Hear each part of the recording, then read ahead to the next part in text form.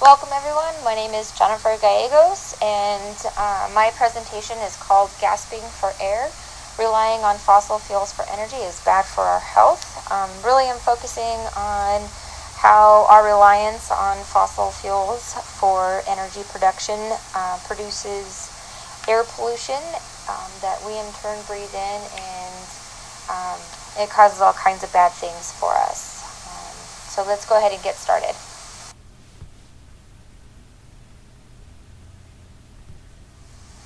Okay, so what's the problem? Well, relying on fossil fuels for energy in our homes and our businesses and for transportation is truly detrimental to our health. Air pollution, as a result of the mining production activities of fossil fuels, it causes premature deaths and cardiovascular and respiratory diseases worldwide. It is not something that's just here in the United States or in underdeveloped countries. It is literally everywhere in urban and rural areas. Burning fossil fuels such as coal and oil emit the greenhouse gases into our atmosphere. These gases include carbon dioxide, nitrous oxide. You'll see things like hydrocarbons, dust, soot, and particulate matter. These are all things that are hazardous to our health. Generating electricity produces more pollution than any other industry, but greenhouse gases are also emitted into the atmosphere from transportation, your car that you take to work, the bus you ride to work, industry, and agriculture. Let's take a look at some of these gases.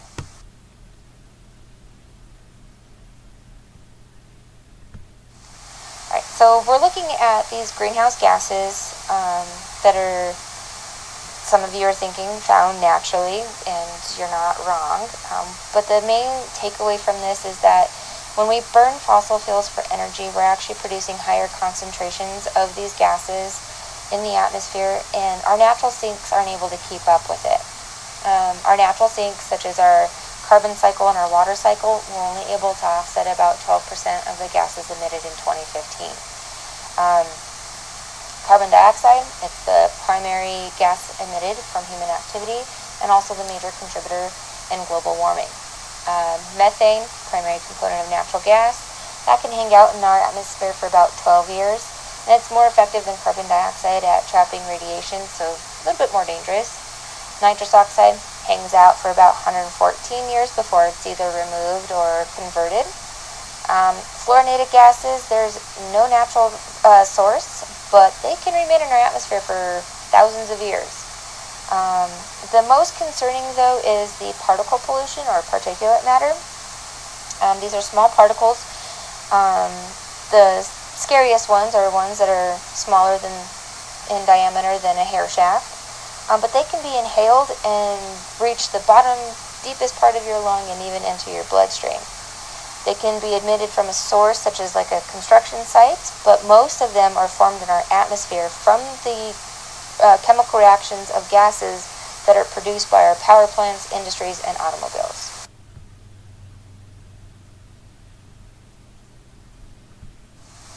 Alright, so as you can see, there's some short-term and some long-term health effects from air pollution.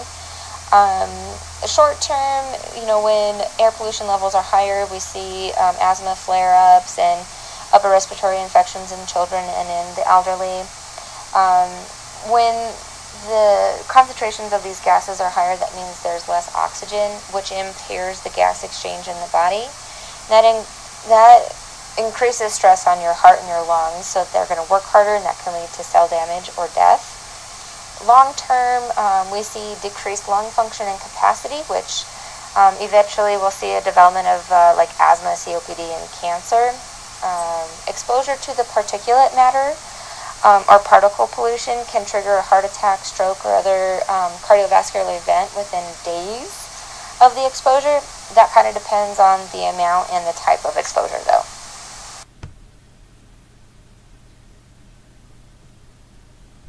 So many people don't really think that air pollution is dangerous to their health.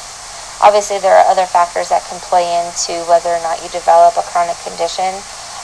But on this slide, these are things that I found to be really interesting. First and foremost, 92% of our world's population lives in an area that doesn't meet standards for air quality. And China is ranked one of the worst countries in the world for air pollution. They had 1.3 million deaths in 2011 attributed directly to air pollution. Worldwide, we have about 300 million people that have asthma, and that population is going to grow to 400 million by 2025. In the United States, we have roughly 12 million people that have COPD, and about 10 to 20% have never smoked in their life. These people are obviously, they may be genetically predisposed, but a lot of it is attributed to ambient or outdoor air pollution.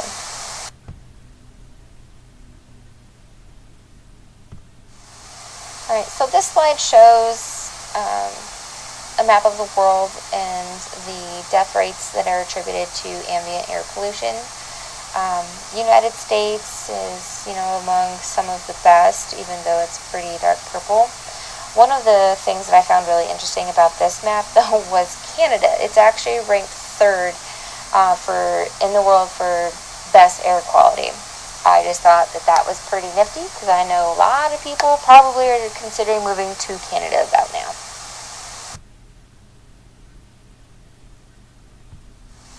Alright, so obviously air pollution is something that we all should really be worried about.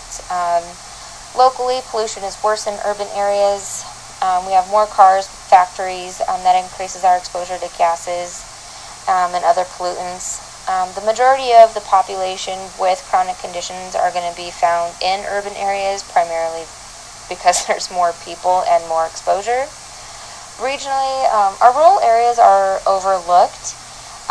Their pollution level is, impacted from surrounding cities and agriculture, burning and using coal for heat.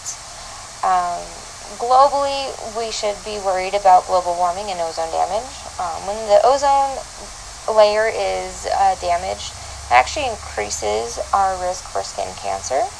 And global warming can decrease the amount of rain we receive. Rain can help clear our air. Even though it might be a temporary thing, having clear air for even just a few minutes, it sure feels nice, doesn't it?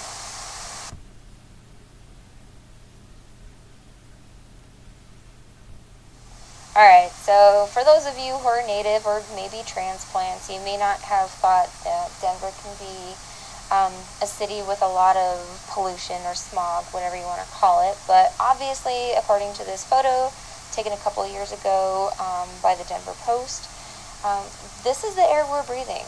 We're up a mile high, so the air that we breathe is thinner than air at sea level. And here we are breathing in this dirty, nasty, toxic air.